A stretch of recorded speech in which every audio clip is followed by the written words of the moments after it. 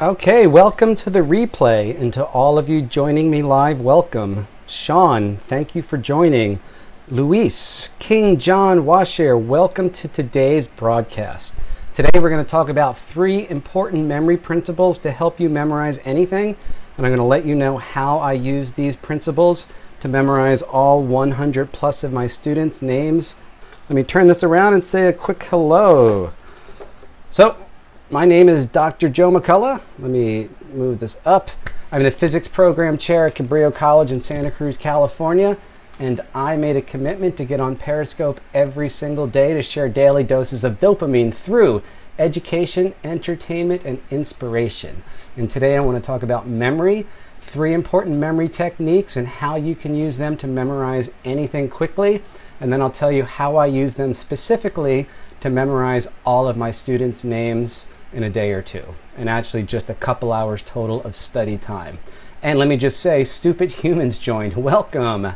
I was in Vegas last weekend, or this just coming weekend. I got back yesterday, and I committed to learning every single one of my students' names over the weekend. And even though I was in Las Vegas enjoying myself, using just a few simple techniques, I was able to quickly memorize all of their names. So let me share with you those techniques, and then I'll go through specifically how I applied them to memorizing my students' names, and I'll give you a great online tool that you can use.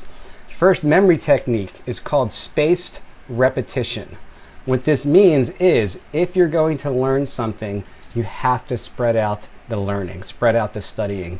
You cannot cram information and have it retained long term. So whenever you're trying to memorize something, I think of studying in short bursts and then spreading those out over time. So what I did when studying my students' names is I studied them for about 15 minutes at a time, 8 or 9 times throughout the weekend. So I studied for 15 minutes, did something else. 3 or 4 hours later, I studied for another 15 minutes, did something else. The next day, as soon as I woke up, I studied their names again, studied them before I go to bed. So spaced repetition means you want to spread out your studying, you want to repeat your studying, but spaced out over time. Think about this. It's much better to spend 4 half-hour study sessions spread out through time than a 3 or 4 hour study session in one evening. You cannot cram and have things retained long term. Second memory principle is active recall, and this is a big one. Active recall means you're actively trying to retrieve the information from your memory banks without looking at any outside source. Let me tell you how I see my students do this. Oftentimes I teach physics, and the way I see students study a lot is they look at a problem, look at the solution, look at a problem, look at the solution, and they think they understand the material. But unless you're actively trying to retrieve the information on your own, that you're not going to remember it. Hey, Alwyn, welcome. We're talking about 3 memory principles to help you remember anything, and then how I applied that to quickly memorize over 100 of my students' names in just a short amount of time. So the first thing was spaced repetition, spacing out your studying for short bursts. How's it going? It's going good. I actually surprised them. I had every single one of my students' names memorized. I teach college physics. Active recall means anytime you're studying, you want to be trying to retrieve the information from your memory banks without looking at the answers, without looking at any outside source. And I'll show you what I mean in terms of students. Oh my God, I'm taking that this year. Outstanding. I'm going to be doing some really cool scopes about physics demonstrations. I've already shown a few. And then the third memory principle is association. Anytime you can associate old information to new information, it's going to be that much more memorable. And in terms of memorizing students' names, you want to try and associate their name or their face with something you already know. What that's going to do is connect the old, connect new information to old information and make it that much more memorable. Now, how do I do this with my students? First thing I do is I take pictures of all my students and I have them write down where they're sitting. And then what I do is I make a Word document. I don't want to show you too close because I don't want to show my students pictures, but I make a Word document and I write down their names right below their face. And then what I do is I study that Word document for about 10 or 15 minutes, and then I print out another Word document that doesn't have their names underneath, and I try and write them all down. And then I do that 4 or 5 times, and by the 4th or 5th time, you'd be amazed at just how well it clicks. Now, that's how I used to do it, and then I found an online tool, which I absolutely love. I'm recommending to all my students. It's called, what is it called? Quizlet, Quizlet.com. What it is an online flashcards utility. You can create flashcards online, study them online. Which university am I at? I teach at Cabrillo College. It's a community college in Santa Cruz, California. Quizlet is an awesome resource, and let me show you how I use it to memorize names. Let me turn the camera around for a second.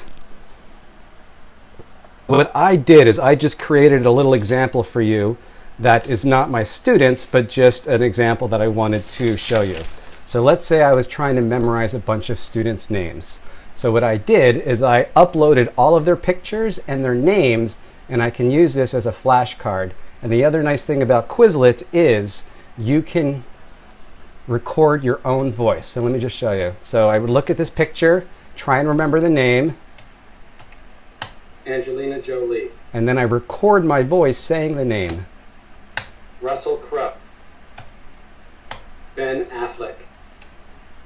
Leonardo DiCaprio. And the really great thing about this site is it also has an app for the iPhone and for iPad or any smartphone. And this is really great because what I did in Vegas is I had my smartphone at the poker table, and in between hands I was flipping through different students and looking at their names. So what you can do on the iPad, same thing. Angelina Jolie. Russell Crowe. Ben Affleck. Leonardo DiCaprio. And it's not just for faces, so if I were to do, let's say, a physics exam. Third law. For every action, there is an equal and opposite reaction. Which color in the visible spectrum has the lowest frequency? Which has the highest? Which color in the visible spectrum has the lowest frequency? So in terms of what we were talking about, spaced repetition. So instead of studying for 2 or 3 hours at one time, I studied 15-minute bursts. Let me turn this around. So instead of studying for 2 or 3 hours at one time, I studied in short bursts of about 15 or 20 minutes, and then I took a break. And then 3 or 4 hours later, I would study short bursts, 15 or 20 minutes, take a break again, and I repeated that 5 or 6 times over the course of 3 or 4 days. So rather than studying 2 hours at one time, I broke it up into little chunks, and I spread those chunks out over multiple days. This is important from a memory point of view because it takes time for your memories to consolidate. Our memories are only really stored when we sleep. So what you want to do ideally, and one of the things I recommend to my students, study something you really need to know right before you go to bed. And what that's going to do is going to be one of the first things processed by your brain that's going to start to transfer that information to short-term memory, long-term memory, and then as soon as you wake up, study it again.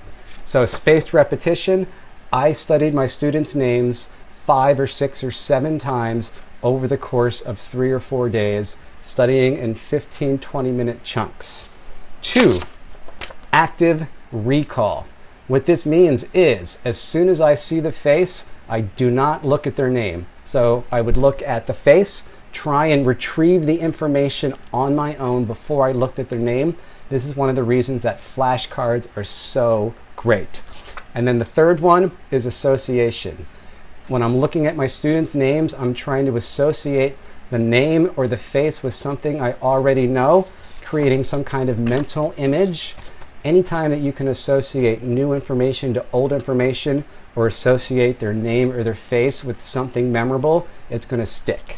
So let me give you a couple examples for these stars and how I would memorize. So Angelina Jolie, her name, Angelina, kind of like angel. Jolie kind of sounds like jolly. If I was memorizing her name, I would picture Angelina Jolie as a jolly angel. And I would create a vivid image in my brain of her being an angel but very happy and jolly. Russell Crowe. I would imagine Russell Crowe being attacked by a bunch of crows or something like that, where I'm actually picturing the image in my brain. Do you want to know more than face and name? Get to know something more? Yes. If there's something you know, thank you for saying that. If you know something about the person and you can associate that person with a particular kind of activity that they like, or a book that they read, or what they do, it's going to make it that much more memorable. Another example. Ben Affleck. If I was trying to remember Ben Affleck, Affleck reminds me of the Aflac duck. Affleck! Ben, as in maybe bending over. So I might create an image of Ben Affleck bent over being attacked by the Aflac duck. So, I'd like to see Russell Crowe attacked by crows. So again, let me just quickly turn this around. So when memorizing information, there's 3 key points that are going to help you memorize anything, and I apply them to my students' names. The first one, spaced repetition. When you're trying to memorize something, don't try and do it in one night. It's not as effective. You talk with your hands. Yes, I talk with my hands a lot because I'm a very kinesthetic person, and it adds a second layer, third layer. If you've seen any of my previous scopes, when I teach information, I try and connect information to some kind of hand motion. It adds a kinesthetic component and makes it that much more memorable. So, spaced repetition, don't study all at one time. Spread out your studying over multiple days. Think about studying in short chunks, many chunks spread out throughout multiple days. Active recall. Flashcards are an awesome study tool.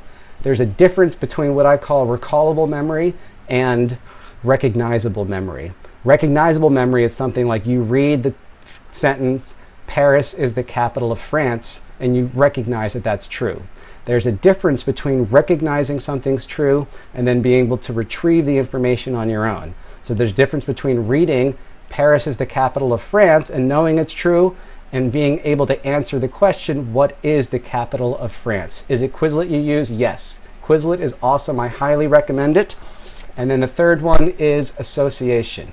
If you can associate the person's face or their name with some kind of crazy mental image, it's going to be much more memorable. Well, that is it for today. Before I sign off, I want to pause and see if there's any questions I can answer about memory. Again, the 3 things I discussed were spaced repetition, spacing out your studying in multiple periods. Which Quizlet feature? I'll get to that in 1 second. Active recall, where you're actively trying to retrieve the information before you look at the solution. And then association. So let me touch on Quizlet real fast because I really program.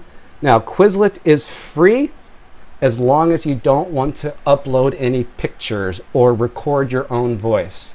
So what is Newton's third law? You could create a bunch of... For every action, there is an equal and opposite reaction. A bunch of flashcards with just text, and that's free. However, if you want to be able to upload images and record your own voice, that's $15 a year, which is not that much to ask. And the nice thing about Quizlet is they have an iPhone app.